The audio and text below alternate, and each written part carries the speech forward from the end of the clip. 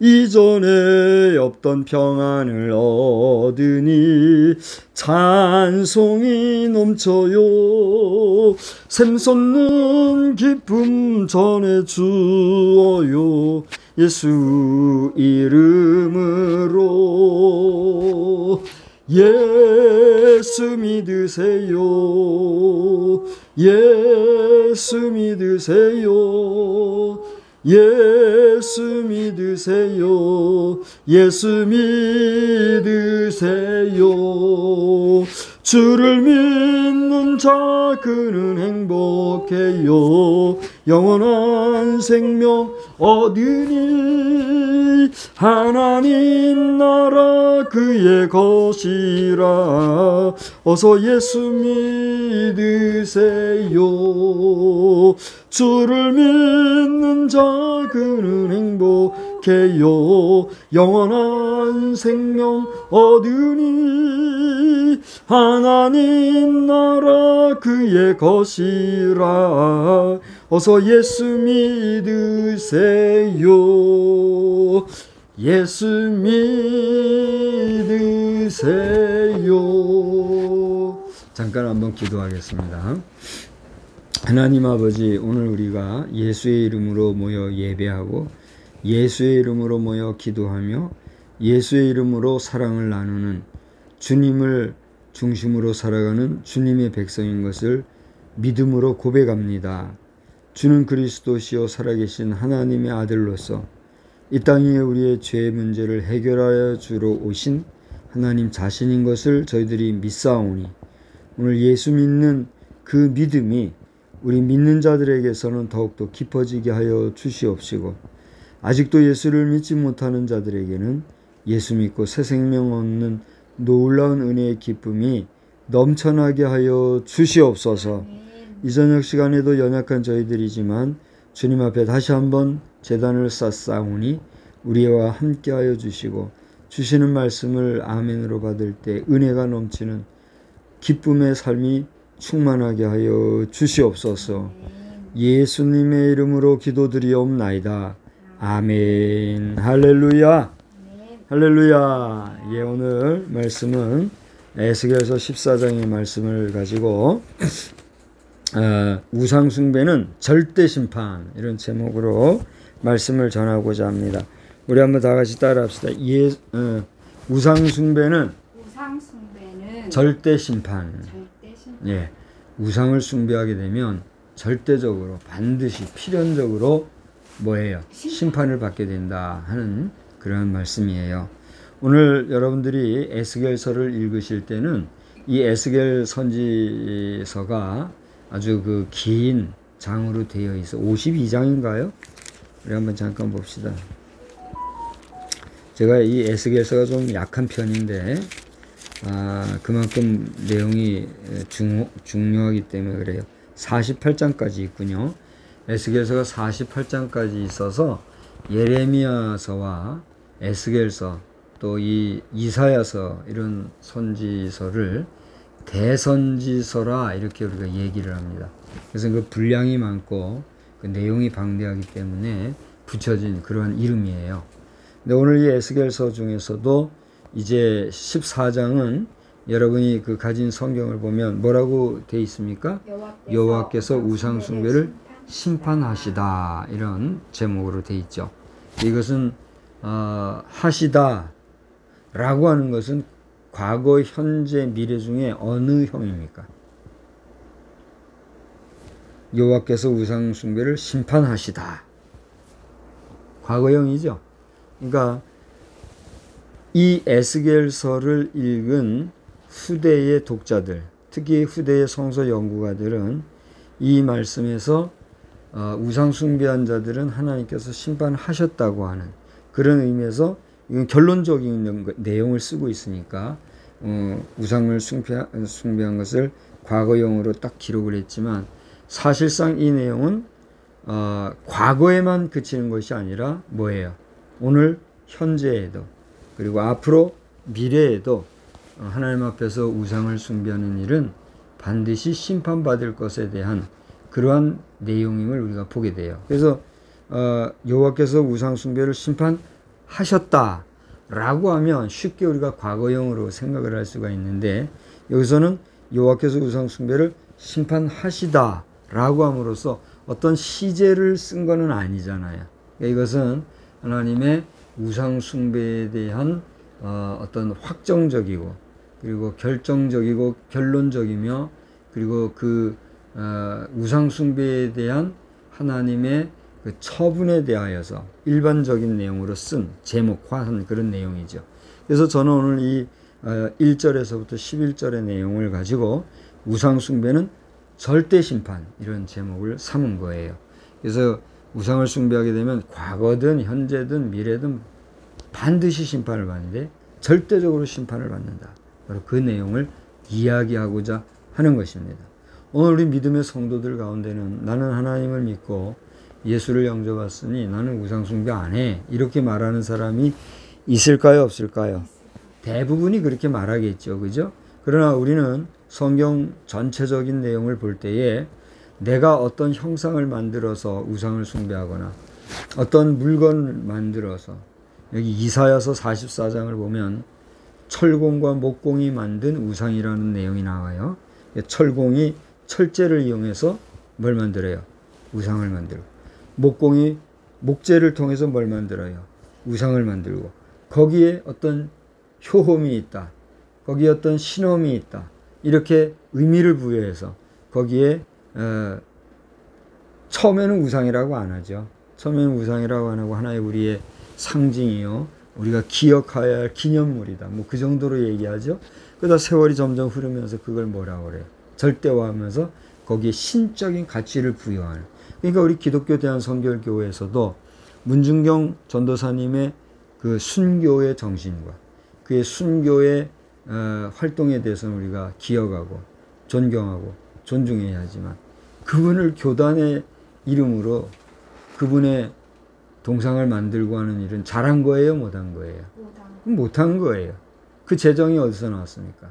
아무리 독지가가 헌금하고 기부를 했다 할지라도 그것은 목회자들이 노 땡큐 할 수 있어야 되지, 그렇게 한다는 것은 우리 교단적으로 반드시 짚고 넘어가고 회개하고 반성하고 시정해야 될 것이다. 그 일을 아무리 총회장님들이 하셨고 우리 스승되는 교수님들이 반대 안 하고 했다 할지라도 이것은 하나님 앞에서 잘한 거예요, 잘못한 거예요? 잘못한 것이라는 사실에 대해서 저는 말하는 것이고, 또 말은 못하지만 그렇게 말하는 분들도 있는 것이에요. 근데 교훈 영색하고 아첨하고 아부하고 곁에서 잘했다 잘했다 하는 사람들은 선배가 되든 후배가 됐든 동기가 됐든 하나님 앞에서 잘못이라는 사실을 알고 반드시 생명이 있을 때 회개해야 할 일입니다. 우리 기독교에 대한 선교회는 어떤 교회입니까? 복음주의라고 말하는 교회예요? 우상 숭배를 절대 안 된다고 말하는 교단 아닙니까? 그런데 그런 일을 했다는 것은 매우 유감이고 잘못된 것임을 다시 한번 돌이켜보면서, 아무튼 이렇게 철공과 목공이 만드는, 또 철공 목공이 아니래도 그런 또 여러 가지 조각을 통해서 만들어낸 그런 우상의 신효험을 부여하는 이런 일들은 반드시 잘못된 것이고, 또 우리가 예수를 믿노라 하면서도 우리도 알지 못하는 사이에 그러한 일들에 동참하는 일들이 있을 수 있어요, 없어요? 있을 수 있다는 얘기예요. 그래서 제가 돌아가신 고 이상훈 교수님은 이 목에다가 십자가 걸고 다니는 거 있잖아요. 그렇게 못마땅해 하시고 십자가를 액세서리화하고 말이야. 그런 얘기를 하셨어요. 우리 현재 교단의 총회장님도 그건 아무것도 아니라고 하면서 십자가를 목에 걸고 이렇게, 그것까지 저는 말을 못 하겠어요. 그것까지는 저는 이상훈 교사님 의지와 사상은 받아들이지만 내 입으로 그걸 잘못을 말하지는 못하겠어, 솔직하게. 그러나 좋게는 여기지 않죠. 총회장이 또 그렇게 하고 있는 모습을 볼 때 참 말하기도 그렇고 그냥 두기도 그렇고 마음이 많이 괴로워요. 아무튼 우리 교단이 잘하는 것 같으나 잘못하는 것도 많이 있고, 저는 무임 목사로서 공교회에 지금 사역을 못하는 입장에서 조심스럽게 말을 하는 입장이지만, 잘못 간에 잘하는 것은 우리가 잘해야 하지만 잘못된 것은 시정해야 되겠다, 이런 생각을 많이 하면서, 제가 이제 교회 안에 있었다면 이런 부분들을 몰랐었을 테고, 또 알았다 해도 말도 못하고 그랬을 텐데, 교회 바깥에서 교회 안을 들여다보니까 말해야 하는구나, 잘못된 것은 시정을 요청해야 되는구나 하는 것을 좀 많이 보고 있어요. 그래서 공교회가 목회자에게 이력서를 요청하기보다 당신은 하나님의 사자이니 우리 교회에 사역해 주시오, 그렇게 공평하게 청빙하는 그런 일도 있기를 위해서 기도해 주시기 바랍니다. 나 이제 앞으로 사역을 하면 얼마나 더 하겠어요? 한 15년 정도밖에는 못 하거든요. 원로가 못 돼도 상관없어요. 원로가 되면 명예롭고 아주 감사한 일이죠. 그러나 그게 중요한 게 아니잖아요. 원로가 돼가지고 헛소리나 하고, 원로가 돼가지고 우상숭배하는 데나 앞장서고, 원로가 돼가지고 여행이나 다니고, 이런 거 하면 뭔 의미가 있어요? 직업군이고 종교인이지, 그렇지 않아요? 원로는 귀한 거예요, 귀한 게 아니에요. 존경받아 마땅한 것이고 명예로운 것이고 귀한 것이고 아무나 원로가 못 돼요, 그렇죠?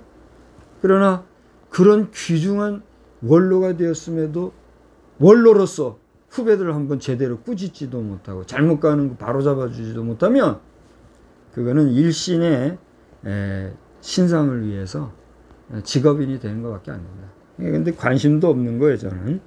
그래서 어떤 교회가 청빙하든지 마지막 힘을 다하여서 우리 TBTM 사역을 이루고, 예수 믿으세요, 예수 믿으세요, 예수 믿는다 하면서도 우상숭배하는 자들 우상숭배를 버리고, 온전히 예수 잘 믿고 주님 부르시면 할렐루야 부르고 우리 들림받는 자들 되기를 외친 그런 온전한 목회를 잘 감당하기를 소원합니다.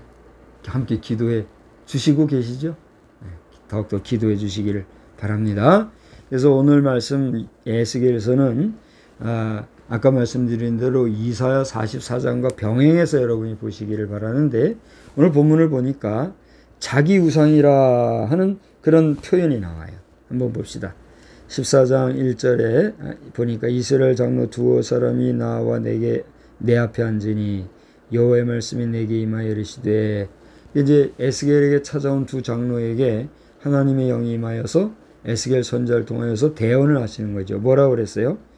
이 사람들이 자기 우상을 마음에 들이며 죄악의 걸림돌을 자기 앞에 두었으니 그랬어요. 그들이 내게 묻기를 내가 조금인들 용납하랴.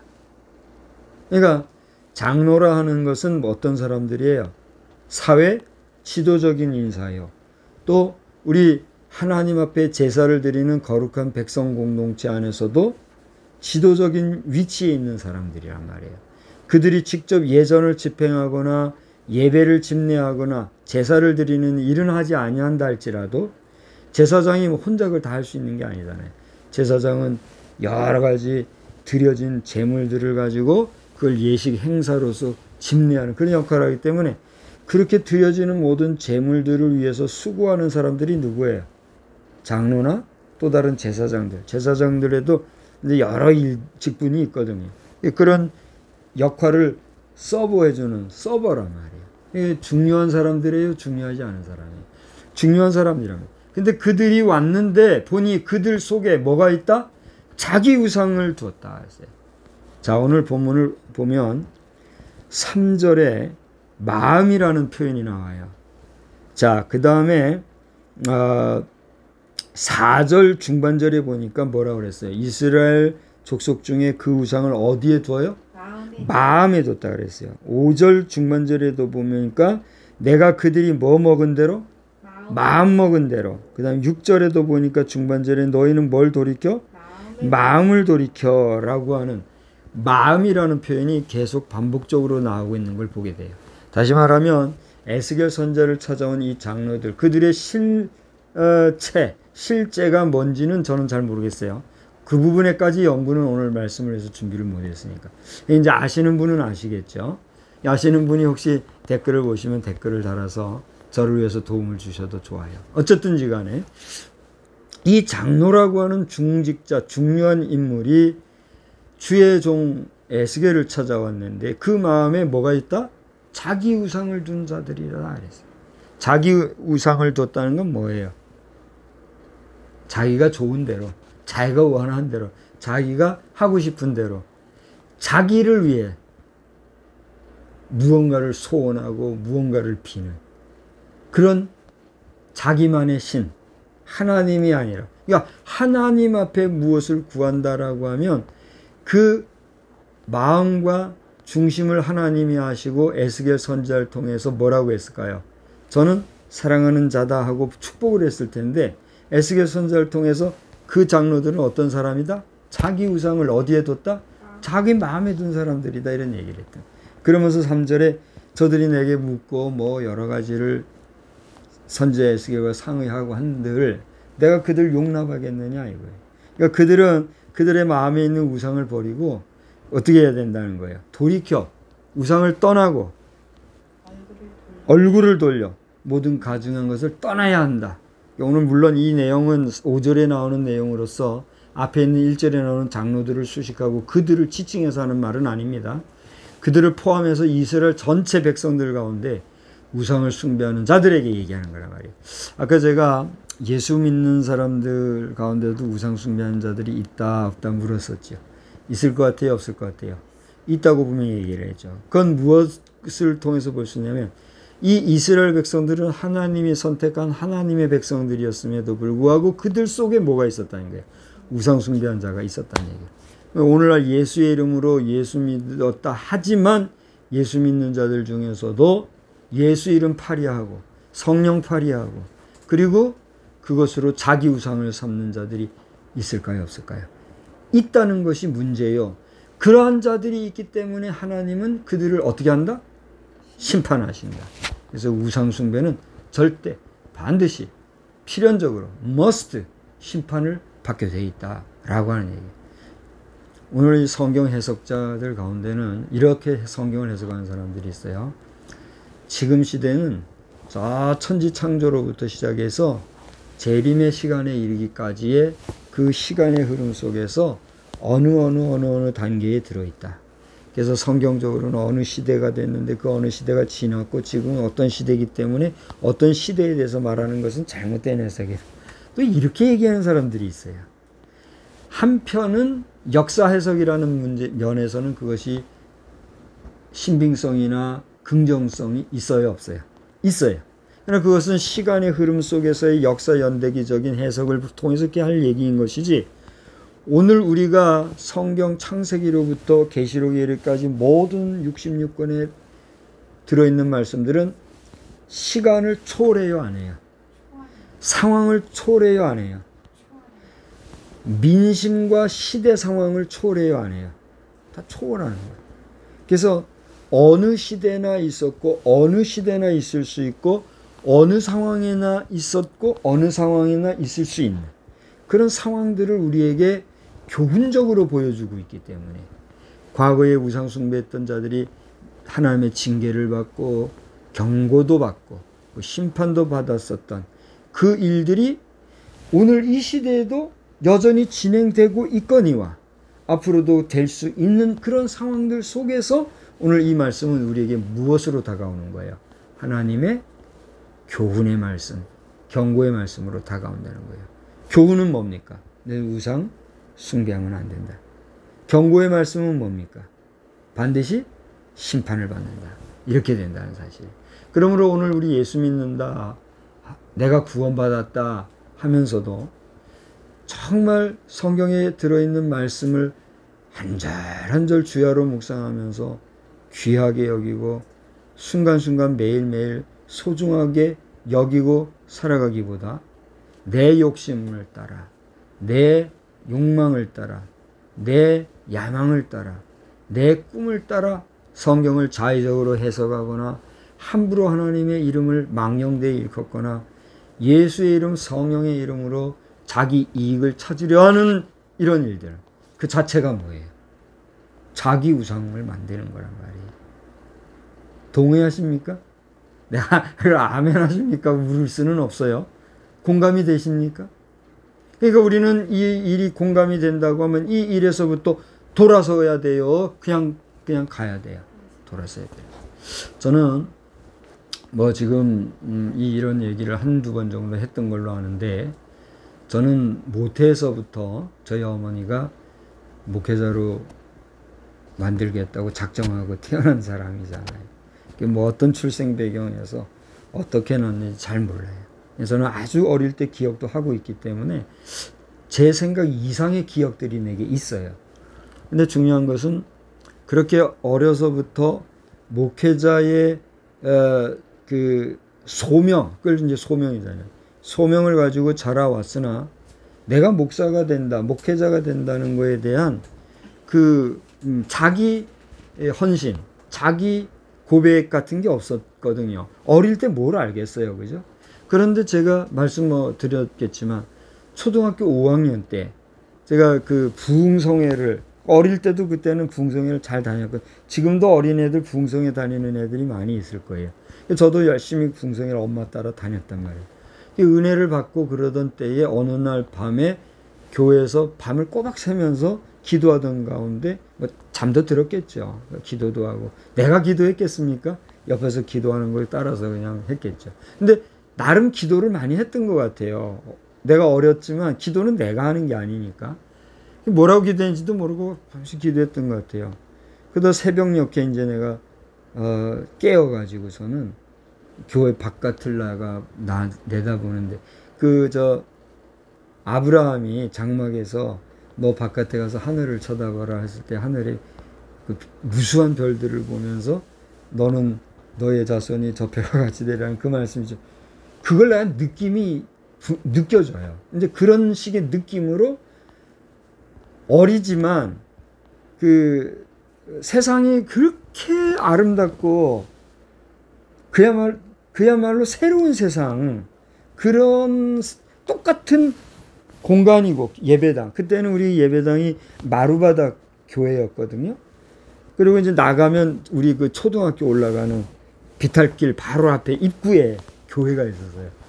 이제 문 열고 나가면 학교 올라가는 길이고, 그거는 산이고 이랬기 때문에 아무것도 사실 없다고요. 새벽녘이니까 깜깜할 거 아니에요. 동이 터왔다 해도, 화났다 할지라도 어둠. 거기서의 그 은혜 체험이라는 거는 지금 너무 생생하고 누구에게 표현하기도 쉽지 않지만 그거를 부정할 수가 없어요. 그런 은혜 체험을 하면서, 그런 은혜 체험 끝에 내 자신이 내가 왜 목회자가 돼야 되겠느냐, 나는 왜 목회를 하고자 하느냐, 뭐 이런, 나는 목사가 돼야 되겠다라고 하는 그런 자기 헌신, 자기 고백이 나오더라고요. 그거는 나이와 상관이 없어요. 우리 상민이가 초등학교 때 뭐 목사 되겠다 그러다가 지금 또 딴 길로 갔잖아요. 그게 이제 환경의 문제 같아요. 그러니까 엄마의 교육이 참 중요해요. 그래서 뭐 탓하는 건 아니고, 아빠도 마찬가지지만, 근데 이제 그런 거 얘기하면 나는 참 비극적이었죠, 내 삶이. 그러나 나는 꾸준히 이게 됐거든요. 아들은 이제 그게 안 돼서 유감인데, 하나님이 잡으시면 언제든지 잡히겠죠. 그게 이제 그렇게 헌신한 이후로는 지금까지 변함이 없단 말이에요. 중학교 시절에 잠깐 우리 외숙부님이 날 육군사관학교 보내려고 작당을 하셨더라고요, 선생님들하고. 나중에서는 알았지만. 그때부터 이렇게 했는데, 고등학교 때 가서 고등학교 2학년 때 내 자신이 확 틀어버린 거예요. 뭐 내 성적 보면 엉망일 거예요. 물론 공부도 안 했지만 머리가 들튀어가지고 뭐 거기 갈 꿈도 안 꾸고 비전도 안 가지고. 그리고 이제 신학교 바로 했거든요. 신학교도 우리 그때 후기였거든요. 전기 안 쓰고 후기만 쓰니까 선생님들이 막 난리가 나고 그런 기억이 있는데, 이제 좀 다른 얘기를 했습니다만은, 무슨 얘기인고 하니, 저는 그런 과정을 겪으면서, 나는 목사가 되기 전에는 평신도잖아요. 끼케야 주일학교 청소년 청년기를 거치면서 그 청년기 입구쯤에 내가 신학교를 간 거 아니에요. 그러면서 신학교 들어가고부터는 내 의지와는 상관없이 사람들이 전도사님 불러주고 그러면서 자연스럽게 목회자 길을 나는 순전하게 걸은 사람 아닙니까? 그러다 보니까 제게는 늘 어떤 마음이 있느냐면 목회자에 대한 예우라든가 대우라든가 하는 것은 교회에서 보면은 어떻게 보면 신적인 경우도 있잖아요. 그러니까 그런 상황을 겪었기 때문에 상당한 그 정체성의 그 혼재라고나 해야 될까요? 또 어떤 어지러움 이런 게 있었다고요. 아마 이것은 우리 동역자들은 다 무슨 얘기인지 알 거예요. 내가 평범한 인간인데 같은 성도의 길을 걸어가면서 목회자도 성도잖아요. 우리가 예수의 이름으로 세상에서 구원을 부름받은 거룩한 백성 공동체로서 우리는 같은 성도인데 나는 동일한 성도 가운데 단지 목회자라는 이름 때문에 말할 수 없는 존경과 표현할 수 없는 대접 융숭한 존경을 받는 그런 것을 받을 때 두려울 정도로 조심스러운 거예요. 그러면서 함부로 할 수 없고 무슨 얘기인지 아시겠죠? 그런 과정들을 겪어오면서 평신도들에 대해서 목회자 임내하고 어떤 우월성이나 또 권위를 행사한 거냐 그런 게 없었어요. 그러다 보니까 이제 저를 좋아하는 사람도 있었을 테고 또 이상하게 여기는 사람들도 있었겠죠. 그런가 하면 한편 목회자 그룹에서는 그러한 나의 모습에 대해서 불쾌하거나 기분 나쁘거나 언짢아하거나 덜 떨어지게 생각하는 사람들이 있었을까요? 없었을까요? 있었겠죠. 그런 여정에서 이제 지금에까지 이르게 되었는데 지금 나의 정체성이라는 것은 누가 뭐라고 해도 이게 이제 한우리 선교교회에서 이제 내가 확실히 깨달은 것 같아요. 그 이전에도 몇 번의 경험들이 있었지만 우리 여러 번 경험이 있었잖아요. 아무리 내가 순수하고 열정적이고 깨끗하게 사역을 해도 성도들이 목자를 볼 때 그 보는 시각이 잘못되면 할 수 없이 이 뭐가 생겨요? 갭이 생기는구나. 그러니까 목사는 목사로서 성도들을 그걸 뭐라 그래요? 평신도라 그러잖아요. 평신도를 대할 때 평신도로서의 직책상에서 차이를 분명하게 알고 그렇게 돼야 되겠구나. 확실하게 이제 내가 한 거예요. 그래서 성도들 간에도 배반이 있을 수 있어요, 없어요? 있구나 하는 걸 이제 깨달은 거예요. 그래서 지금은 누가 뭐라고 해도 나는 부르심 받은 하나님의 종으로서 우리 평신도들이 지나치게 저하게 할 필요도 없고 이제 그럴 사람도 없지만 또 내 자신도 우리 평신도들을 대하면서 함부로 대해서는 아니 되는 그런 분명한 정체성 속에 내가 가고 있다. 그러나 내게 있는 축복권, 내게 있는 목사로서의 하나님이 입혀주신 그 제사장으로서의 두루마리, 그 역할을 수행함에 있어서는 누가 뭐라고 하든 그렇다고 하든 안 하든 나는 그 일을 하는 사람이로구나 하는 사실을 견지하게 되었다라는 사실이에요. 그러다 보니까 이 말씀 안에서의 성도들의 바른 생활과 바르지 못한 생활에 대한 구별, 판단, 또 거기에 대한 바른 길로 인도하는 데 대한 깨달음이나 지식이 생길까요? 안 생길까요? 얘기해 보세요. 생겨야 되잖아요. 당연히. 그래야 인도할 거 아니에요. 나는 어려서부터 기도한 것 중에 하나가 지금도 그러지만 우리 어머님도 그렇게 너는 그것을 위해서 기도해라 하신 게 있는데 뭐냐면 옳고 그른 거, 그러니까 바르고 바르지 못한 거를 잘 분별할 수 있는, 쉽게 말하면 분별의 영이 있기를 위해서 기도해라 이런 얘기를 하셨단 말이에요. 그래서 이거 옳은가 그른가에 대한 분별에 대한 기도를 많이 해왔어요. 지금 돌이켜보면 이게 옳은가 그른가에 대해서 판단을 요청을 받을 때 그 판단이 정확해야 돼요? 정확하지 않아야 돼요? 정확해야 돼요. 이것은 중요한 문제예요? 중요하지 않은 문제? 중요한 문제랍니다. 그래서 이 일을 위해서 지금도 계속 기도하고 또 신경을 많이 쓰고 있는데 계속해서 저를 위해서 기도해야 돼요, 안 해야 돼요? 기도하여야 된다는 사실이에요. 왜 이렇게 장황한 얘기를 딴 얘기로 했느냐 하면, 오늘 에스겔 선지자를 통하여서 글을 찾아온 장로들에게 하나님께서는 에스겔에게 장로들을 향하여 하나님께서 에스겔에게 보여준 것은, 그들의 중심, 그들의 마음에 있는 것은 너 선지자 에스겔에게 무엇을 물어보고 무엇을 상의하러 온 것이 아니라 자기 욕심을 따라 자기 속에 있는 자기 우상을 가진 그런 자들로 온 것이기 때문에 3절에 기록된 대로 내가 어떻게 해요?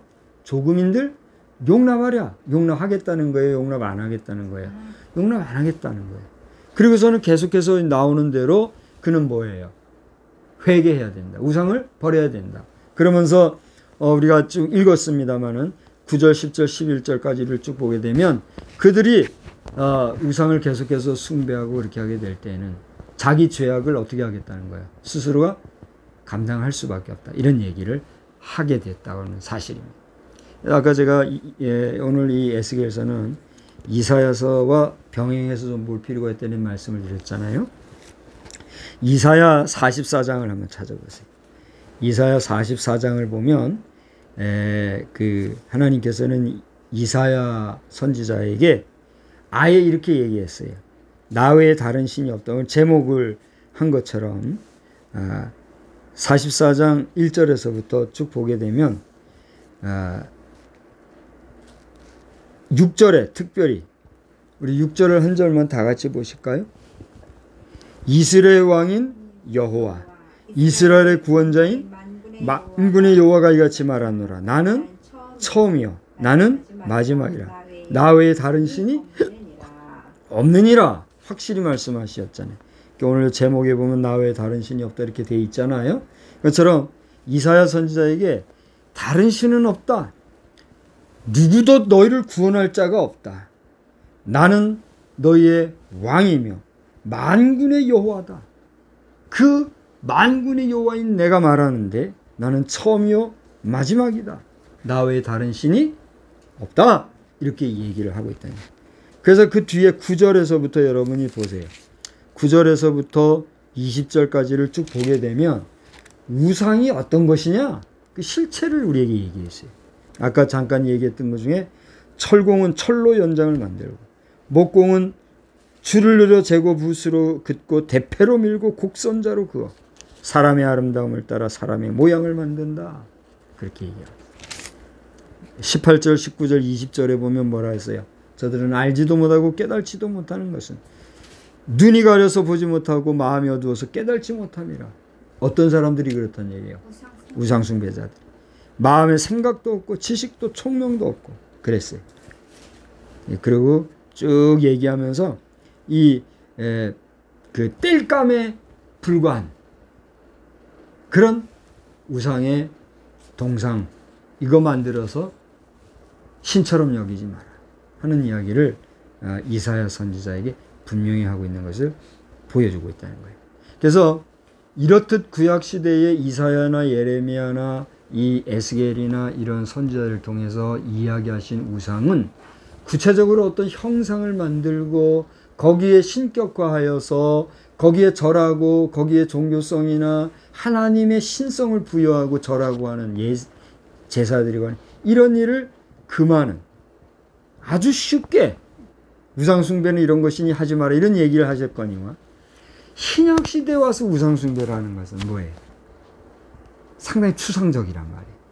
이게 구약시대처럼 오늘날 얘기하는 뭐 석가모니라든지 무슨 뭐 이 촛대라든지 이런 데다가 절한 이런 걸 얘기하면 우상숭배 그런 거구나 하면서 쉽게 돌아도서고 삼가도 하게 될 텐데, 신약시대의 우상이라는 것은 보이지 않는 것들에 대한 개념적인 숭배도 뭐예요? 우상숭배이기 때문에 그것을 캐치하고 감지하고 깨닫게 한다는 것은 쉬워요, 쉽지 않아요. 쉽지가 않단 말이에요. 그래서 아까 얘기했던 대로 예수 믿는 자들 가운데서도 우상숭배한 자들이 있다라고 얘기하는 건 무슨 얘기예요? 여러분, 우리가 예수를 보았습니까? 우리가 예수를 만나고 예수님의 음성을 듣고 그분의 손 한번 잡아본 적이 있나요? 우리가 예수 믿는 것은 추상적이잖아요. 개념적이잖아요. 영적인 것이잖아요. 근데 영적인 거 보이지 아니하는 예수를 믿고 따르고 하다 보니 이것도 추상적인데 추상적인 우상 숭배하는 것에 대해서도 말하려고 하면 거기에 대해서도 구체적으로 우리가 말할 수 있어야 돼요, 없어요? 있어야 되잖아요. 그게 뭐냐 말이에요. 성경은 우리에게 그런 면에서 바울 사도를 통해서 보여주신 여러 서신서를 통해서 우리 속에 있는 탐욕, 욕심, 거짓말, 가증하게 하는 거, 이간질하는 거, 이런 것들, 그 많은 우리의 죄악을 불러오게 하는 마음의 욕정, 욕망들, 이게 다 뭐란 말이에요? 우상이라고 얘기하는 거예요. 아까 여기 그랬잖아요. 자기 우상을 만들었는데 그 우상을 어디에 뒀다 그랬어요? 마음에 뒀다 그랬거든요. 이게 봐요. 어디다가 빌고 절하고 하는 것도 그렇게 하는 행위 이전에 먼저는 그 행위를 유발하는 뭐가 동기가 돼요? 마음이 있을 때 그 마음을 따라 사람이 행동하게 돼 있단 말이에요. 그러니까 우리가 우상을 숭배한다는 것은 외적인 행위로서의 숭배 이전에 그 무엇 속에 마음 속에 그 어떤 것들에 대한 욕정, 욕망, 욕심들이 있을 때 그게 뭐가 돼요? 우상 숭배가 되는 거잖아요. 그런 면에서 오늘 우리 에스겔서를 통해서 생각할 것은 이사야서만이 아니라 오늘 이 21세기 2021년도를 살아가는 이러한 때에도 여전히 우리 가운데는 우상 숭배를 할 수 있는 그런 요소들이 있다 없다. 있다는 것을 깨달아서 마음을 다하고 뜻을 다하고 정성을 다하여 누구 앞에 집중할 때 우리 하나님 앞에 집중할 때 그 모든 세상에 잡된 것들은 떨쳐버릴 수 있는 믿음의 용사가 될 수 있을 줄로 믿습니다. 우리가 늘 봐요. 새벽 기도하죠. 주일 낮, 주일 저녁, 수요일 저녁, 또 우리는 안 하지만 또 교회들마다 금요일 저녁, 그 외에 또 특별 기도, 작정 기도, 얼마나 많은 기도와 이 신앙의 성장을 위해서 영적 생활에 우리가 애를 많이 쓰고 있습니다. 그럼에도 불구하고 순간순간 우리 마음속에, 우리의 영혼 속에 하나님이 아닌 것들, 하나님이 싫어하는 것들을 찾아 욕망에 몸부림치게 하는 내적 욕심들이 우리 인간에게 있어요, 없어요? 있다는 거. 그것은 우리에게 있어서 무엇과 같은 거다?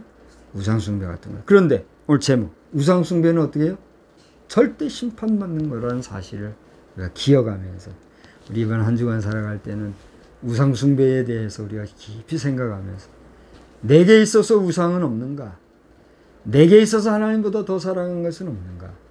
내게 있어 심판받을 그런 우상숭배 행위는 없는가? 스스로 돌아보면서 늘 성결한 삶을 잘 유지해가는 저와 여러분이 다 되시기를 우리 주님의 이름으로 축원합니다. 축원합니다. 기도하겠습니다. 좋으신 하나님,